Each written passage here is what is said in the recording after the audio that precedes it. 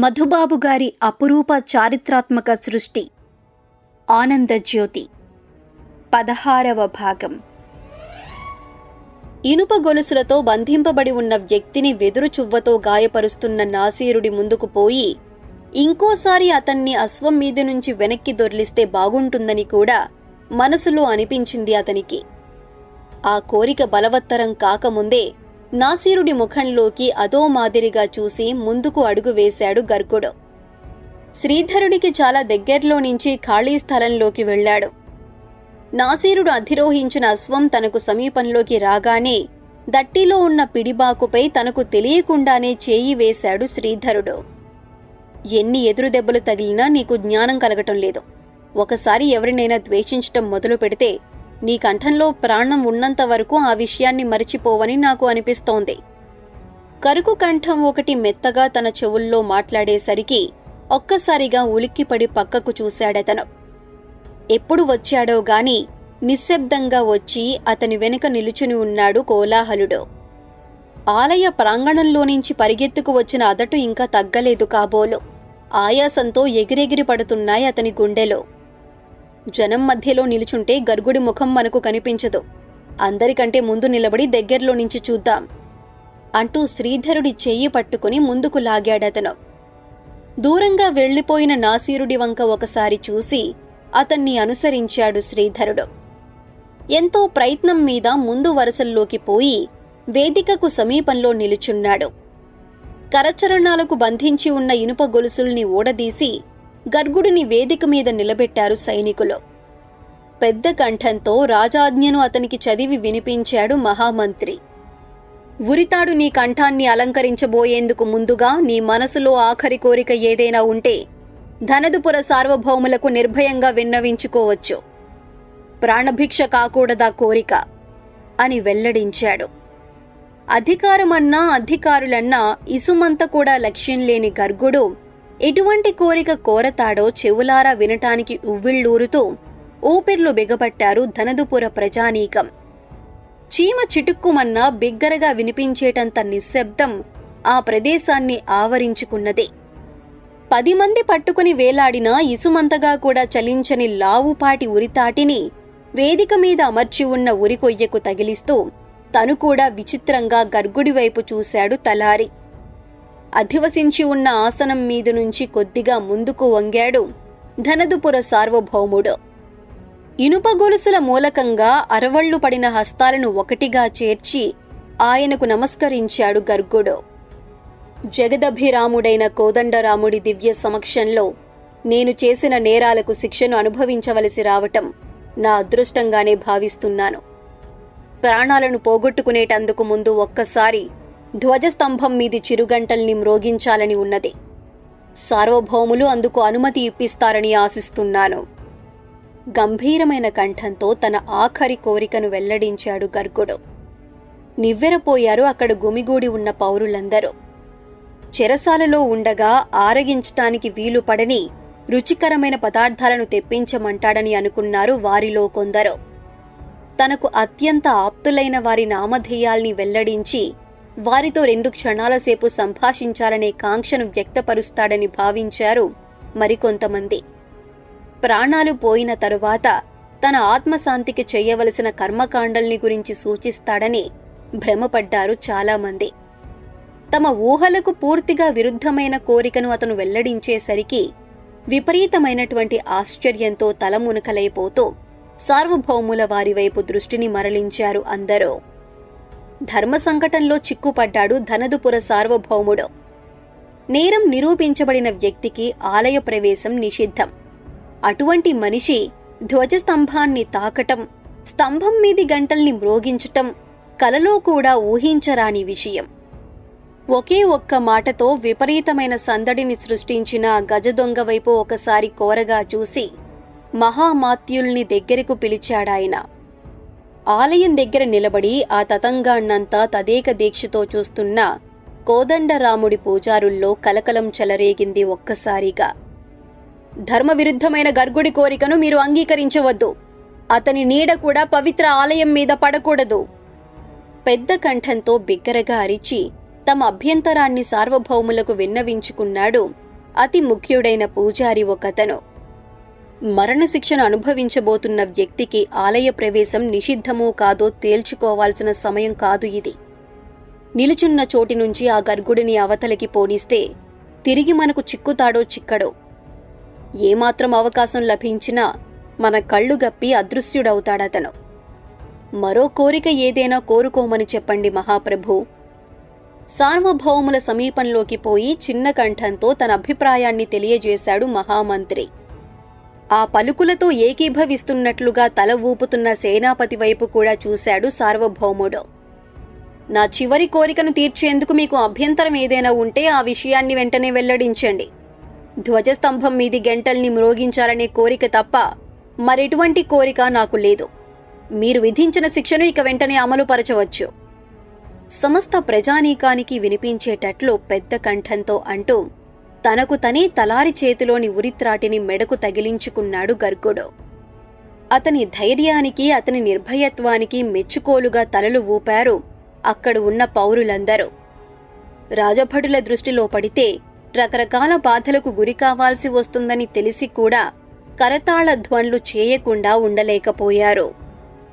మరింత సంకట స్థితిలో చిక్కుబడిపోయిన సార్వభౌముల వంకే చూస్తూ చిన్నగా నవ్వాడు శ్రీధరుడి పక్కన ఉన్న కోలాహలుడు. గర్గుడి కోరికను తీర్చాలో తీర్చకూడదో మన సార్వభౌములకు అర్థం కావటం లేదు. తీర్చాలని నిశ్చయించుకుంటే ఆలయ సమీపంలోకి వెళ్ళినట్లే వెళ్ళి అతను మాయమైపోతాడేమోనన్న అనుమానం. తీర్చకూడదని అనుకుంటే ఇక్కడి పౌరుల్లో గర్గుడి మీది అభిమానం రెట్టింపు అయిపోతుందన్న భయం లోగొంతుకతో శ్రీధరుడికి చెప్పాడతను. అదే సమయంలో ఏదో నిశ్చయానికి వచ్చినట్లు తల విదిలించి గర్గుడి వైపు దృష్టిని సారించాడు ధనదుపుర సార్వభౌముడు. సాంప్రదాయం ప్రకారం ఉరిశిక్ష విధించబడిన నేరస్థుడి ఆఖరి కోరికను తీర్చవలసిన బాధ్యత మాపైన ఉన్నది. ఆ కోరిక ధర్మబద్ధమై ఉండాలనే విషయం నేరస్థుడికి తెలిసి ఉండాలి. నేరం నిరూపితమైన నీకు ఆలయంలో అడుగుపెట్టే అర్హత లేదు. ఆలయంలో అడుగుపెట్టకుండా ధ్వజస్తంభం మీది గంటల్ని మ్రోగించగలిగితే మాకు ఎటువంటి అభ్యంతరం లేదు. గంభీరమైన కంఠంతో ప్రజలందరికీ వినిపించేలా గజదొంగకు చెప్పాడు. ఆలయంలోకి పోకుండా ధ్వజస్తంభం మీదికి ఎగబ్రాకకుండా ఆ గంటల్ని మ్రోగించటం ఎలాగో అర్థం కాలేదు పౌరులందరికీ. గర్గుడి కోరికను తీర్చటం ఇష్టం లేక కొత్త కొత్త సమస్యల్ని సృష్టిస్తున్నాడు సార్వభౌముడు. ఇంకా కొద్దిసేపట్లో ప్రాణాలను పోగొట్టుకోబోతున్న ఆ గజదొంగను చూసి భయపడుతున్నాడు. తనలో తాను అనుకుంటున్నట్లుగా పైకే అంటున్న కోలాహలుడి వంక మెచ్చుకోలుగా చూశారు కొందరు పౌరులు. కన్ను మూసి కన్ను తెరిచేటంతలో కార్చిచ్చులా అందరికీ తెలిసిపోయాయా మాటలు. సార్వభౌముడి కర్ణేంద్రియాలకు చేరిపోయాయి. విపరీతమైన అభిమానంతో ఎర్రగా కందిపోయింది ఆయన వదనారవిందం. అప్రయత్నంగా తన కరవాలాన్ని స్పృశించింది ఆయన దక్షిణహస్తం. నిలుచున్న చోటి నుంచి కదలకుండా పవిత్రమైన ఆలయాన్ని సమీపించకుండా ధ్వజస్తంభం మీది గంటల్ని మ్రోగించగలిగితే నీ కోరికను తీర్చేందుకు మాకు ఎటువంటి అభ్యంతరమూ లేదు. ఇక ఈ విషయం మీద వాద ప్రతివాదాలకు తావులేదు. ఇదే మా ఆఖరి నిర్ణయం. ఉరుము వంటి కంఠంతో గర్గుడిని హెచ్చరించాడాయన. ఇనుప గొలుసుల రాపిడికి కాయలు కాచిన కరాలను ఒకటిగా చేర్చి ఆయనకు అభివాదం చేశాడు గర్గుడు. ధనదుపుర సార్వభౌములకు జయము జయము, కరుణా సముద్రులకు నా వినయపూర్వక ప్రణామము అంటూ వేదికకు సమీపంలో ఉన్న ఒక రాజభటుడి వైపు చేతిని చాచాడు. వేదిక చుట్టూ ఎంతోమంది భటులు నిలుచుని ఉండగా తనను ఒక్కడినే అతను పలుకరించటంతో తికమక పడిపోయాడా భటుడు.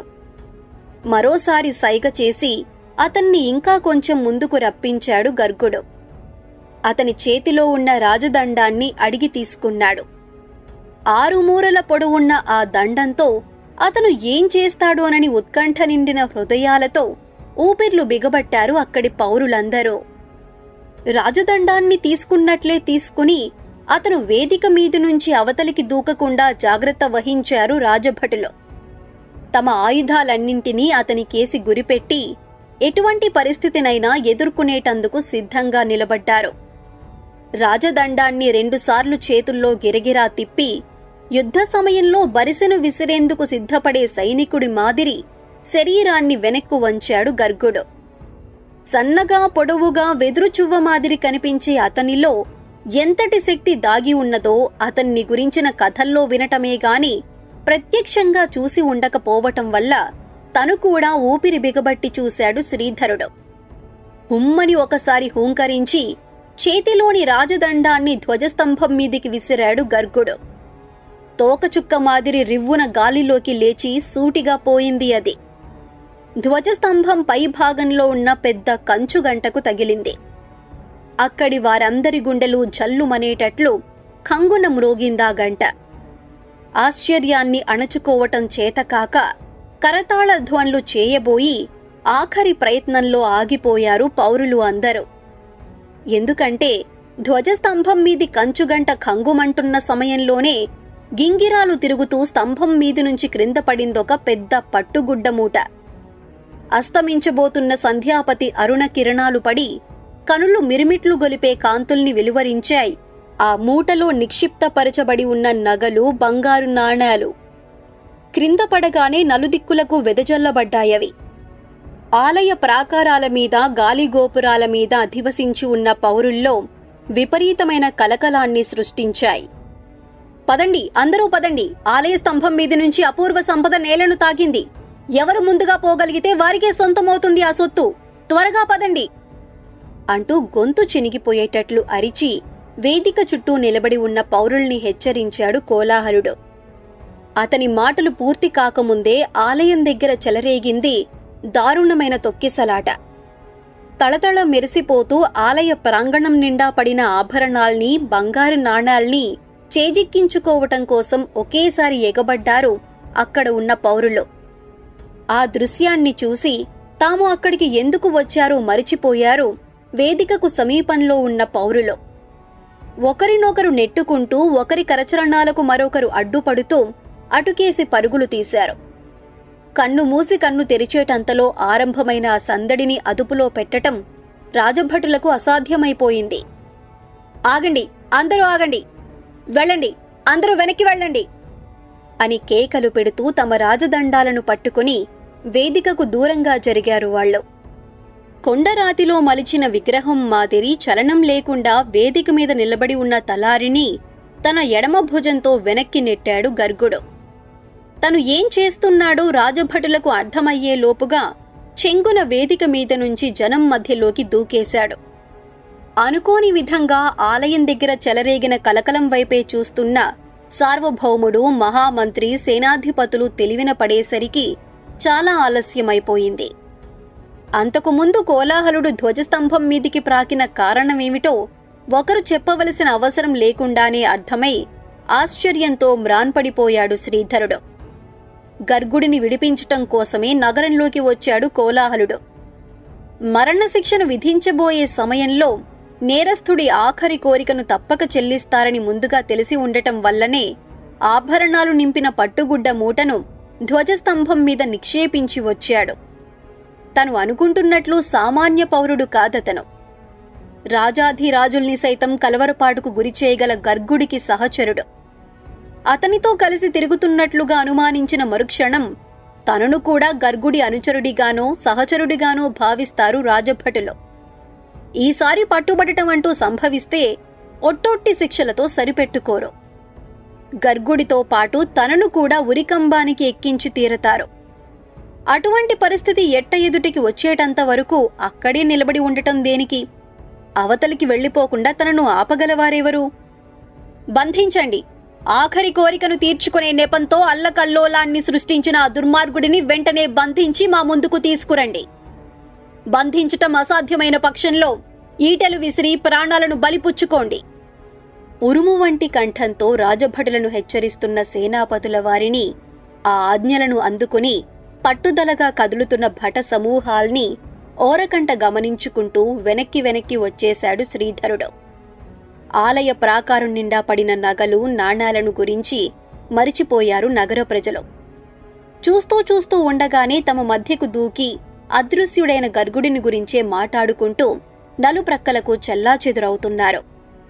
అడ్డు వచ్చిన వారిని రాజదండాలతోనూ వాడి బరిసెలతోనూ ఇష్టం వచ్చినట్లు అదలిస్తూ పరుగులు తీయటం ప్రారంభించారు రాజభటులు.